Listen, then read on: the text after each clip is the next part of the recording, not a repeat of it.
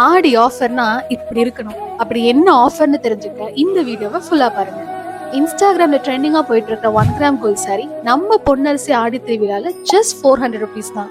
அட ஆமாங்க, வெறும் 400 ருபீஸ்க்கு 1 கிராம் கோல்ட் சாரி கொடுத்துட்டு இருக்கோம்.